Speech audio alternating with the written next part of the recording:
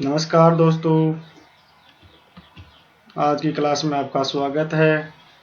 आज हम टॉपिक लेके आए हैं सिंधु घाटी सभ्यताएं।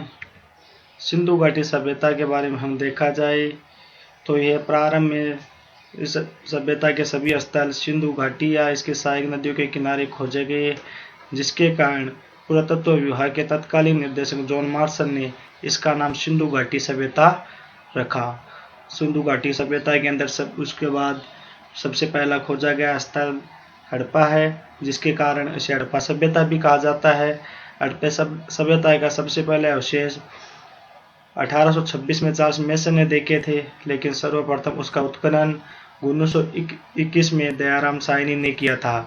हड़प्पा सभ्यता एक अर्ध ऐतिहासिक काल की कांस्ययुगीन सभ्यता है। हड़प्पा काल का अगर हम काल निर्धारण देखें तो जॉन मार्शल ने इसका काल 3250 ईसा पूर्व से 2750 ईसा पूर्व तक किया है।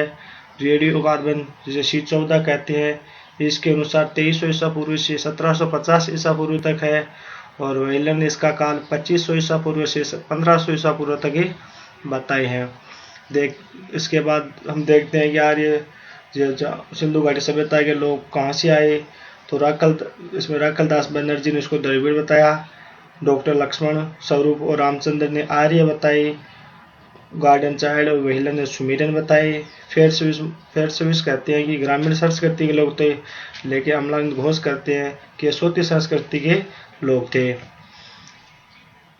सिंधु घाटी सभ्यता का विस्तार देखें तो उत्तर से लेकर दक्षिण तक ये 1600 किलोमीटर में फैला हुआ है। उत्तर में मांदा कश्मीर जो चिनाब नदी के किनारे पर है, लेकिन यहाँ दक्षिण में दाइमाबाद जो महाराष्ट्र में परवरा नदी से, और पश्चिम में बलूचिस्तान से लेकर पूर्व में आलमगीरपुर उत्तर प्रदेश तक फैला हुआ है। ये पूर्व से लेकर पश्चिम तक है 1400 किलोमीटर, और उत्तर से दक्षिण तक है 1600 किलोमीटर।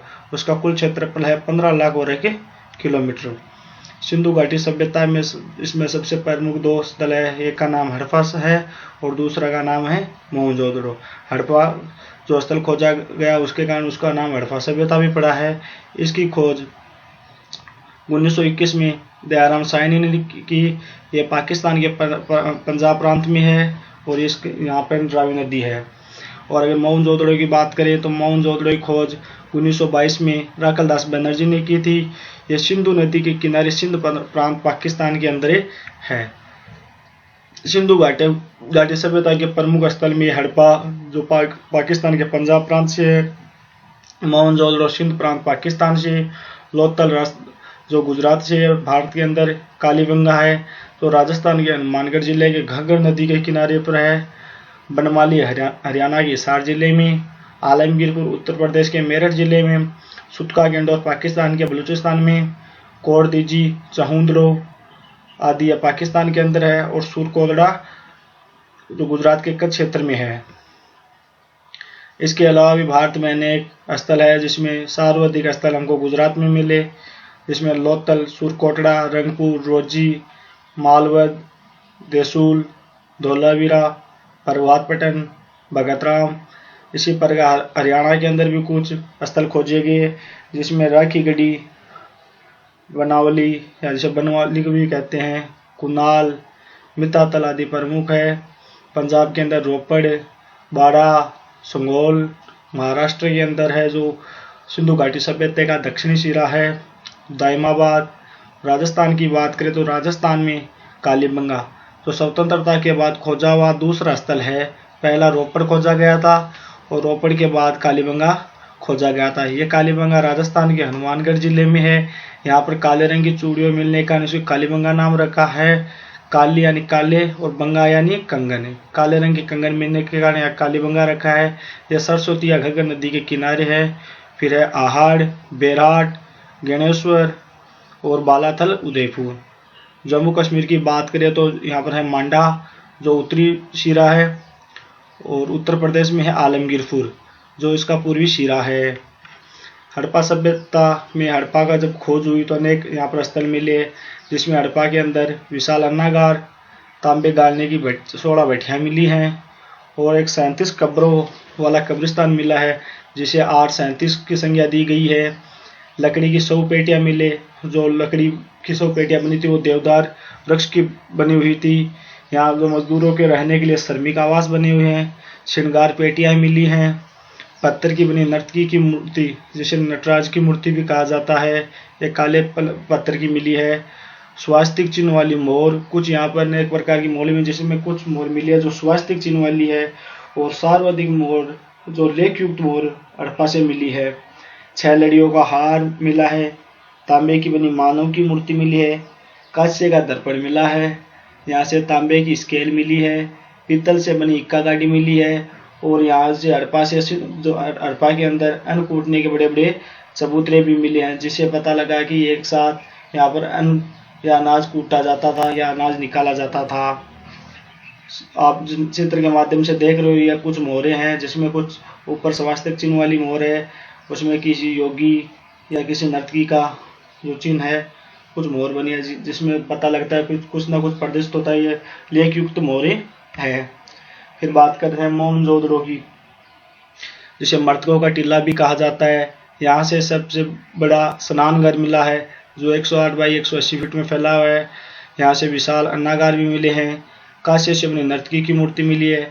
पत्थर से बनी नर्तकी की मूर्ति मिली है हमको हड़प्पा से, और कांस्य से बनी नर्तकी की मूर्ति मिली हमें मोहनजोदड़ो से। यहाँ से पत्थर की भूंगी या पुरोहित की मूर्ति भी मिली है। कुबड़दार बेल का चित्र मिला है। शिव की पटरियां मिली है। और मोहनजोदड़ो से सूती वस्त्र होने के भी प्रमाण मिले। मोहनजोदड़ो में चौड़ी सड़कें मिली है जो ग्रिड पद्धति पर आधारित है। सर्वाधिक मोहरें मिली है। अगर मोहरों की बात की जाए तो सर्वाधिक मोहरें मिली है मोहनजोदड़ो से, लेकिन लेख युक्त मोहर मिली है हड़प्पा से। भांडवट पर सुमेरियन नाव का चित्र जो मछुआरे सहित है। तांबे का आईना मिला है। मिट्टी से बनी हुई बैलगाड़ी मिली है। चाकी पाटन वाली 2 पाट वाली चाकी जो आटा पीसने के लिए जो अनाज वगैरह पीसने के लिए को होती है, वो चाकी के 2 पाट मिले हैं। यहाँ से कंघी मिली है। मिट्टी के कंगन मिले हैं। रंग बिरंगे पत्थरों पर मनकों के हार मिले हैं। पत्थर के औजार मिले हैं। यहाँ से पुस्तकालय भी मिले हैं। और आप ये तस्वीर देख रहे हो, ये यहाँ पर मोहनजोदड़ो का विशाल स्नानागार है, जिससे आप देख के अनुमान लगा सकते हैं कि कितना बड़ा है। 108 बाई 180 में फैला हुआ है। इसके 2 और सीढ़ियाँ हैं जिसमें से व्यक्ति नीचे जा सकता है, और इसके एक साइड में नाली भी है जिससे पानी को बाहर निकाला जा सके। और चित्र नंबर 1 में एक कुबड़दार बेल जो हमें मोहनजोदड़ो से मिला है, और एक है पुरुष जी की मूर्ति जो खंडित अवस्था में मिली है। इसके अलावा भी यहाँ से चांदी की 2 मोहरें, घोड़े के दांत, कुंभकार 6 भट्टी मिली हैं। हाथी का कपालखंड मिला है। तांबे की हेयर पिन मिली है जो बालों में लगाई जाती है। इससे यह लगता है कि उस समय हेयर पिन का उपयोग किया जाता था। मेसोपोटामिया की 5 मोहरें मिली है। मेसोपोटामिया जो मिस्र की सभ्यता है, वहाँ से इसका मतलब यह निकाला जाता है कि उस समय भी मेसोपोटामिया की सभ्यता से यहाँ की सभ्यता का संबंध था। फिर बात करते हैं कालीबंगा जो राजस्थान के हनुमानगढ़ जिले में है, जिसे काले रंग की चूड़िया भी कहा जाता है। स्वतंत्रता के बाद खोजा गया दूसरा स्थल है। पहला है रोपड़ और दूसरा है कालीबंगा। भारत में हड़प्पा कालीन का तीसरा सबसे बड़ा स्थल है। इसमें राखीगढ़ी, धोलावीरा और उसके बाद है कालीबंगा। सिंधु सभ्यता की तीसरी राजधानी। सिंधु सभ्यता में देखा जाए तो पहली राजधानी है हड़प्पा, दूसरी मोहनजोदड़ो और तीसरी है कालीबंगा राजस्थान। यहाँ से जुटे हुए खेत के प्रमाण भी मिले हैं। भूकंप के प्रमाण मिले हैं। तांबे से बनी बैलगाड़ी मिली है। यहाँ से एक खोपड़ी मिली है जिसमें पता लगाया जाता है कि इसमें शल्य क्रिया हुई है या इसका ऑपरेशन किया है, उसमें 6 छिद्र है। ऊँट की अस्थियाँ मिली है। कच्ची ईंटों के घर मिले हैं। मेसोपोटामिया की बेलनाकार मोहरें मिली है। लकड़ी की नालियाँ मिली है। अग्निवेदिका या हवनकुंड मिले हैं। अलंकृत ईंटें, यहाँ से कुछ ईंटें ऐसी प्राप्त हुई है जिस पर कुछ ना कुछ चित्र छपे हुए हैं। हाथी दांत की कंघियाँ मिली हैं। फिर बात करें लोथल जो गुजरात के अंदर है। यहाँ से बंदरगाह है या गोदीवाड़ा या डार्क यार्ड, फारस की मोहरें मिली है। अग्निवेदिका मिली है। मिट्टी से बने नाव, शव, घोड़ा और गोरिल्ला का मॉड्यूल मिला है। यहाँ से एक चित्र मिला है जो कोहे और लोमड़ी का चित्र है, जिसमें एक चालाक लोमड़ी की कहानी, जो पंचतंत्र की कहानी के बारे में लगाया जाता है। यहाँ से 3 युगल समाधि मिली है, एक साथ 3 व्यक्तियों को दफनाया गया, ऐसा खोदने पर मिला है। चक्की के पार्ट मिले हैं, कपास, चावल, बाजरा के प्रमाण मिले हैं, हाथी दांत का पैमाना मिला है। और इस सभ्यता में एक नौतल स्थल है, लोतल, जिसके जो घर थे उसका मुंह दरवाजा मुख्य सड़क पर न होके घर के अंदर होता था। फिर बात करते हैं हम धोलावीरा, जो सफेद कुआं की संज्ञा दी गई है। राखी गढ़ी के बाद भारत में स्थित हड़प्पा-कालीन या सिंधु घाटी सभ्यता का सबसे बड़ा नंबर 1 पर राखी गढ़ी, नंबर 2 पे धोलावीरा और नंबर 3 पर है कालीबंगा। यहाँ से विशाल स्टेडियम के प्रमाण मिले हैं हमको। इसके अलावा स्टेडियम के प्रमाण जूनीकरण जो गुजरात से भी मिले हैं। और सबसे मुख्य विशेषता है कि धोलावीरा को 3 भागों में बांटा गया है, दुर्ग भाग, नगर भाग और मध्यम भाग। जितने भी हमको स्थल मिले हैं ओनली वो केवल 2 भागों में मिले हैं, ऊपर का भाग, ऊपरी भाग या दुर्ग भाग, और नीचे का भाग नगर भाग। ऊपर के भाग में राजा, पुरोहित वगैरह रहते थे, और नीचे के भाग में जो नगर भाग है उसमें सैनिक और आम जनता रहती थी।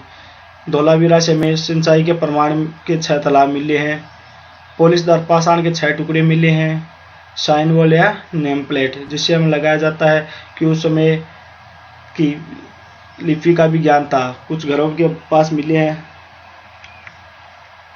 फिर बात करें बनवाली हरियाणा, मिट्टी से बना हल्का मॉडल मिला यहाँ से, जो सरसों के खेत के प्रमाण मिले हैं।